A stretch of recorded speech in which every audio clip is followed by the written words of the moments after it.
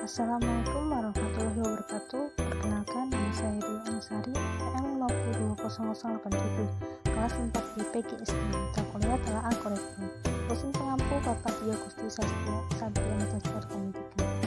Baiklah, di sini saya akan menjelaskan elemen kurikulum 2013, elemen kurikulum paradigma baru, dan elemen kurikulum darurat.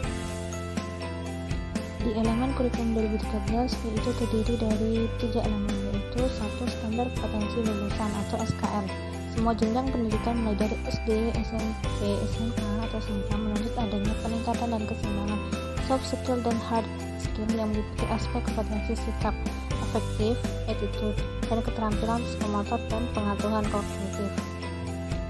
2. Yaitu standar isi. Untuk elemen standar isi, kedudukan mata pelajaran kompetensi yang semula diturunkan dari mata pelajaran berubah menjadi mata pelajaran dikembangkan dari kompetensi. Untuk pendekatan yang dilakukan adalah jenjang SD tematik terpadu dalam semua mapel, jenjang SMP kompetensi dikembangkan melalui mata pelajaran. 3. Standar proses.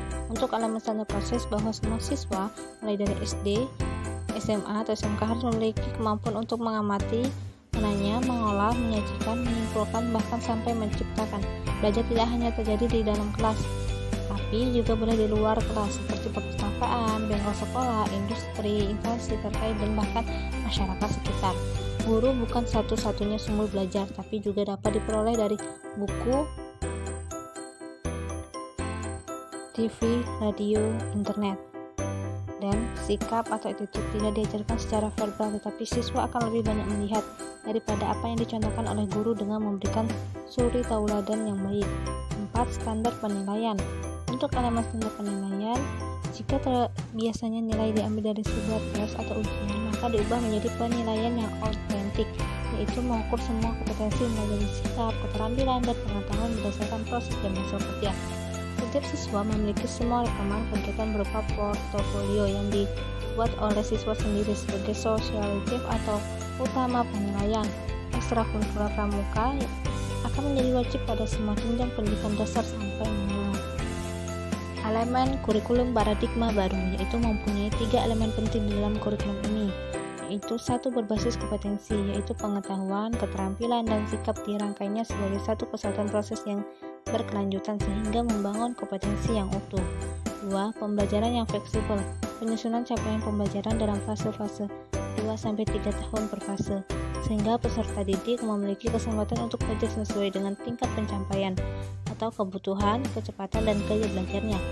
3. Karakter Pancasila, sinergi antara kegiatan pembelajaran rutin sehingga sehari-hari di kelas dengan kegiatan non-rutin atau proyek interdisipliner yang berorientasi pada pembentukan dan penguatan karakter berdasarkan kerangka profil pelajar Pancasila.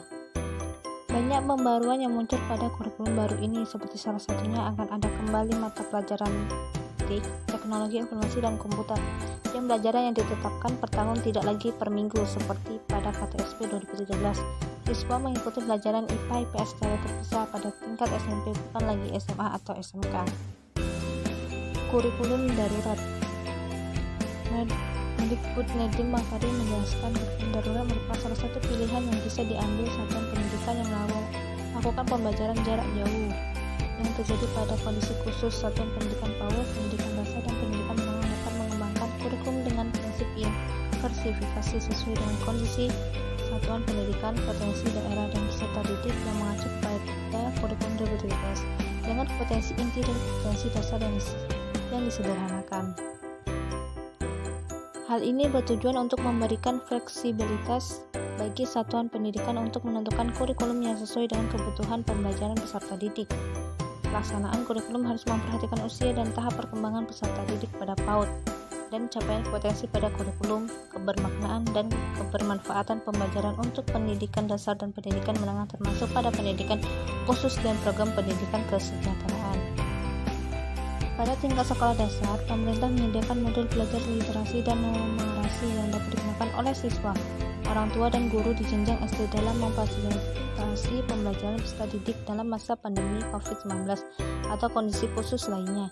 Modul ini juga diharapkan dapat menjadi inspirasi bagi guru untuk mengembangkan perangkat ajar lain dalam upaya memfasilitasi peserta didik untuk belajar dan dalam kondisi khusus.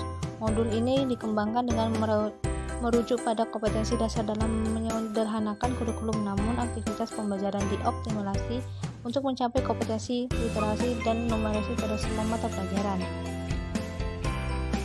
Baiklah, mungkin itu saja pembahasan dari